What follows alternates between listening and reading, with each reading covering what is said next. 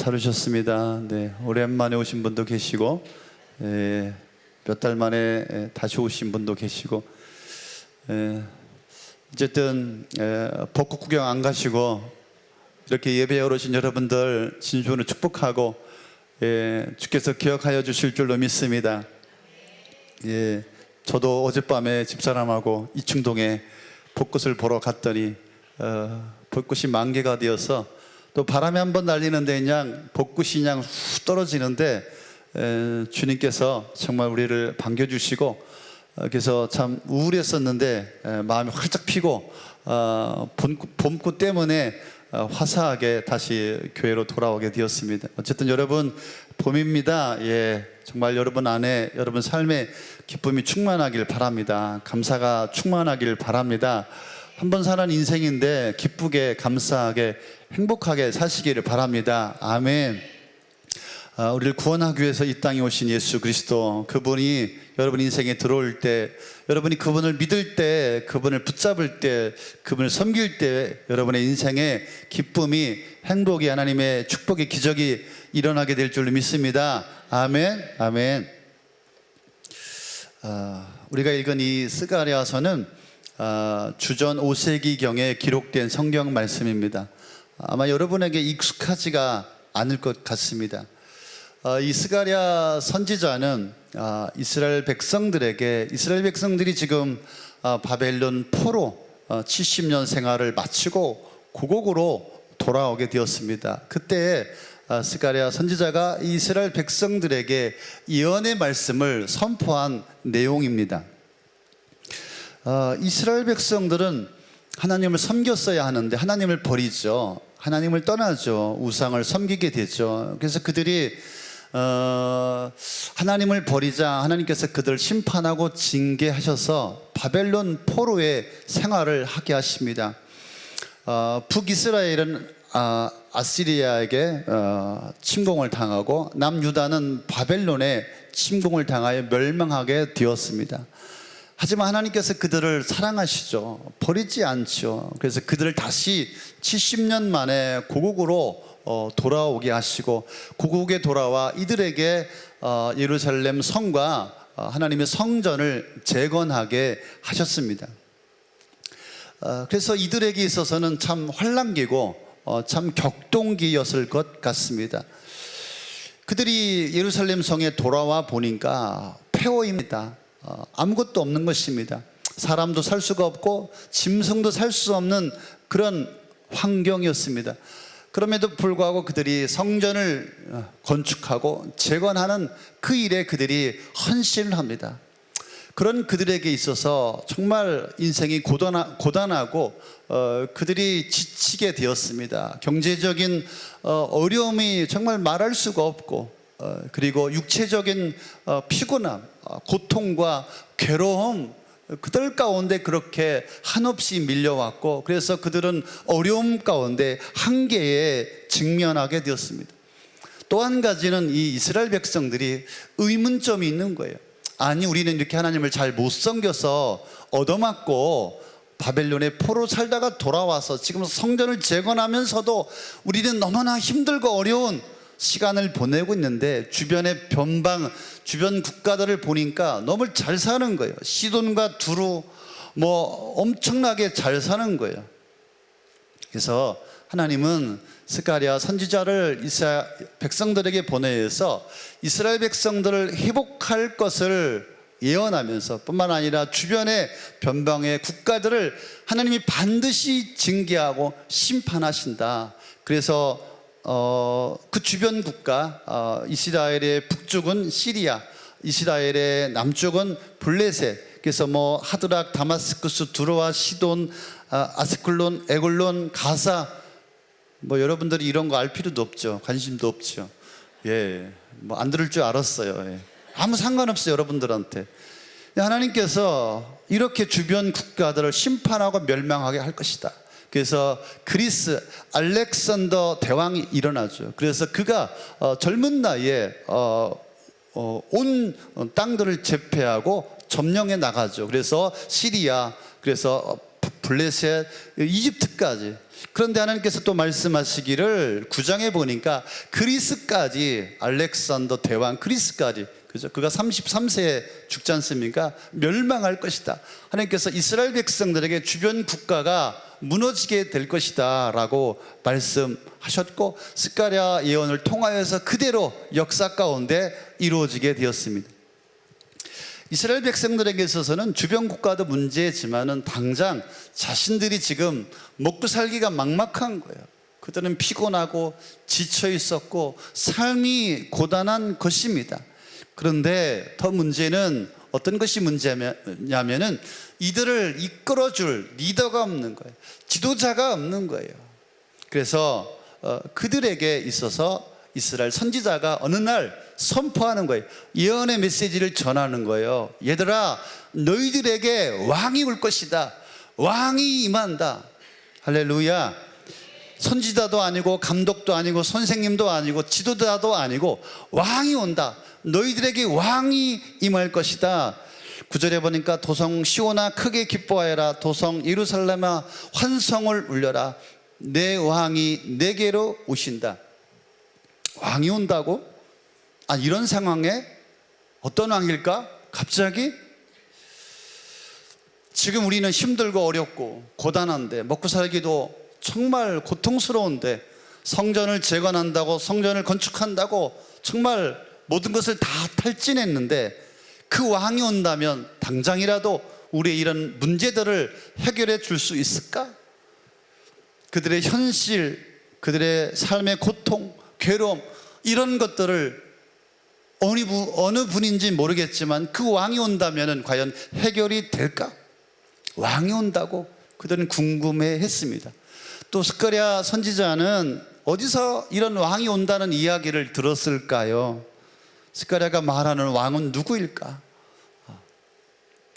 왕에 대한 궁금증이 있었습니다. 그래서 스가랴서는 예언과 예언의 성취의 내용들이 많이 등장합니다. 그 중에서도 우리가 읽은 9장 9절 10절은 스가랴 선지자 예언의 핵심의 내용입니다. 스가랴 선지자가 말하는 이 왕이 이 세상에 오셔서, 이 땅에 오셔서 이스라엘 민족뿐만 아니라 모든 민족, 모든 열방, 모든 인생, 저와 여러분, 우리를 구원할 왕이 오신다. 그분은 메시아이고 그분은 그리스도이시다. 할렐루야. 왕으로 오실 예수 그리스도에 대한 예언이었던 것입니다. 스가랴 선지자가 왕이 오신다 이야기는 갑자기 꺼낸 이야기가 아니죠. 그분은 온 세상 통치자이고 만왕의 왕이시죠. 그분은 하나님이시죠. 그분은 누구이십니까? 창조 때부터 약속되었던 메시아입니다. 인간이 타락하죠. 하나님으로 버림받게 됩니다. 그런 인간을 구원하기 위해서 하나님은 창세기 3장 15절에 여자의 후손을 보내어 우리를 약속한 대로 구원해 주시겠다.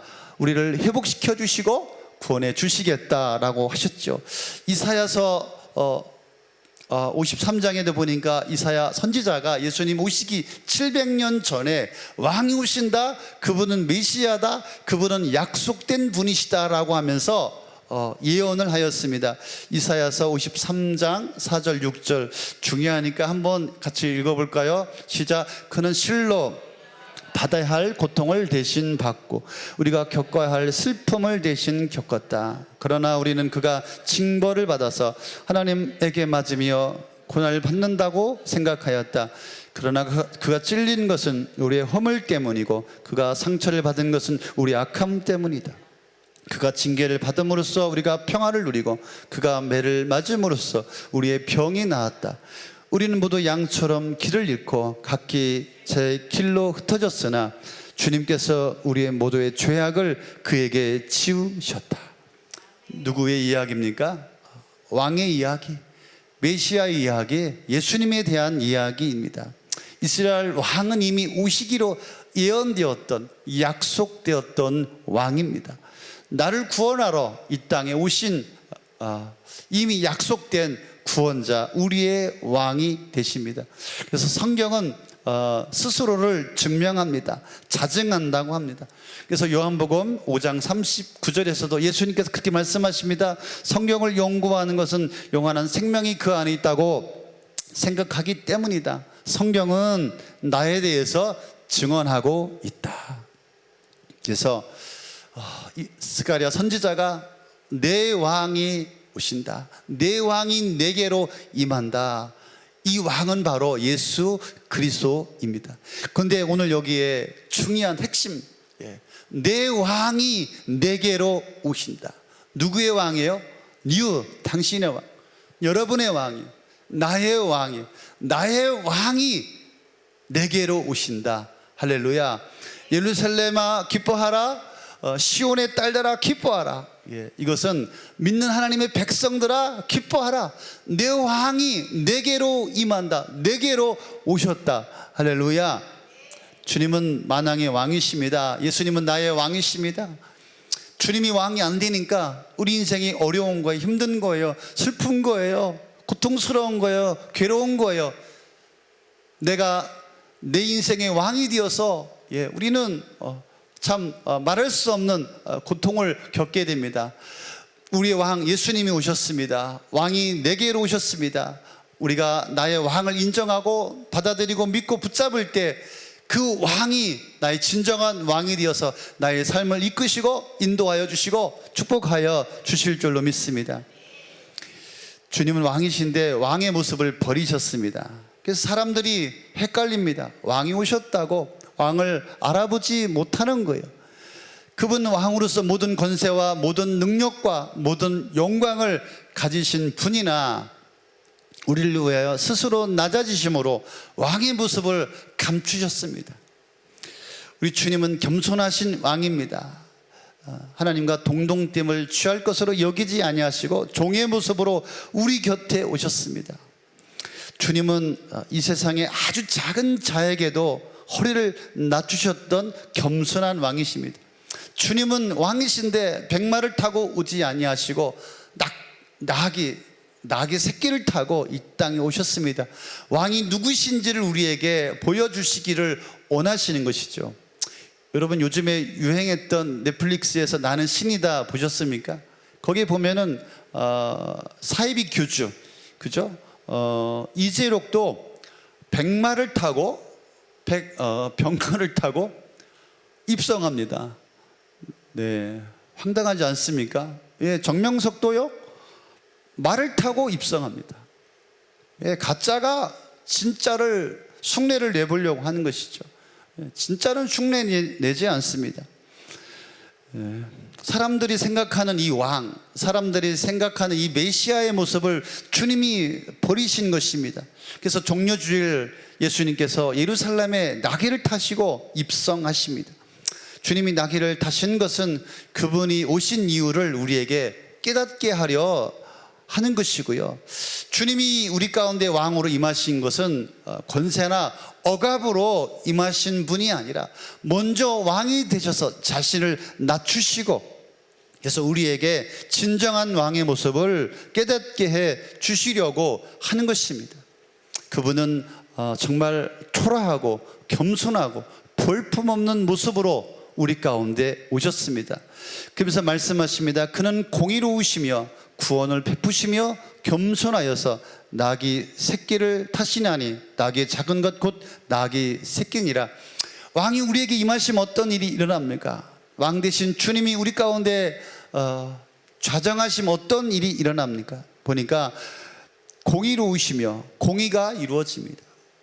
공의로우신 예수님이십니다. 공의는 뭡니까?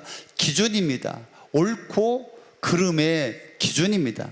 우리 주님이, 우리 왕 대신 예수님이 악과 의에 대한 새로운 기준을 정하여 주셨습니다. 아무도 옳고 그름을 따질 필요가 없습니다. 우리 주님이 기준이 되십니다. 또 구원이 완성이 되었습니다. 구원이 완성이 되셨습니다. 왕이 임하심으로 우리를 구원하여 주셨습니다. 우리 영혼 구원, 육체 구원, 인생의 구원, 우리 고단한 인생 가운데 우리를 자유케 해 주셨습니다.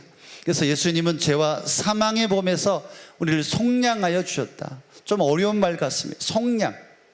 몸값을 치루어 주었다. 우리의 모든 죄값을 치루어 주셨다, 이 말씀입니다. 그래서 구원을 주시는 분은 오직 예수 그리스도, 주 예수 그리스도 주님밖에 없는 줄로 믿습니다. 구원을 주심으로 왕이 되셔서 우리에게 참된 자유를 주시려고 오셨습니다. 화평이 이루어졌습니다.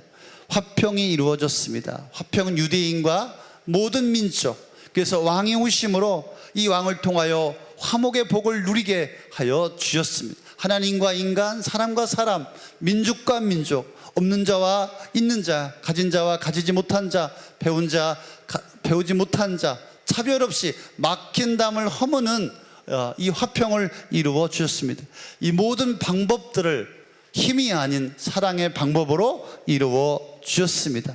그래서 예수 그리스도가 이 땅에 하나님께서 보내신 우리의 왕이십니다. 우리를 구원하려고 이 땅에 오신 우리의 왕이십니다. 오늘은 종료주일이고 이제 한 주간 고난주일, 다음 주일은 부활주일입니다. 저는 오늘 여러분에게 말씀을 드리고 싶습니다. 종료주일, 이 땅에 왕으로 오신 주님, 그분을 여러분의 마음 가운데 품을 수 있기를 원합니다. 그분과 함께 거니는 그런 고난의 주간이 될 수 있기를 바랍니다. 이 땅에 오셔서 우리의 죄를 속량하여 주시고 우리를 구원하여 주시려고 왕의 모습을 버리신, 초라하고 볼품없고, 그래서 자기의 모든 것들을 버리시고 십자가로 나가신 그런 시간이 고난 주간입니다. 왕이 되어 주시려고 모든 것을 버리시고 포기하신, 그래서 죽기까지 낮아지신 주님, 그분과 함께 거니는 한 주간이 될 수 있기를 바랍니다. 많은 사람들이 진짜 왕이 나타났는데 진짜 왕을 알아보지 못하는 거예요. 가짜 왕을 붙들고 사는 겁니다. 가짜 왕에 매여서 목매여서 살아가고 있는 것입니다. 가짜가 진짜인 것처럼 흉내를 내고 제왕처럼 군림하려고 합니다. 우리 가운데 오신 진정한 왕, 나의 왕, 그분을 맞이하고 모셔드리고 그분과 함께 동행하는 그런 한 주간이 될 수 있기를 바랍니다. 그분 나를 위해서 아낌없이 모든 것을 다 포기하고 버리신, 겸손하신 그런 왕이십니다. 그런데 여러분의 모습은 어떻습니까? 왕 앞에 우리의 모습은 어떻습니까? 왕이신 주님이 나의 모습을 보실 때 우리의 모습은 어떠합니까? 나를 위해서 모든 것을 포기하고 버리신 그 주님 앞에, 그 십자가 앞에 이 한 주간 동안 한번 나가 볼 수 있기를 바랍니다. 그분과 함께 걸어가며 그분이 걸어가신 길을 한번 따라갈 수 있기를 바랍니다. 그래서 저는 오늘 고난주간에 성찬식을 거행하려고 합니다.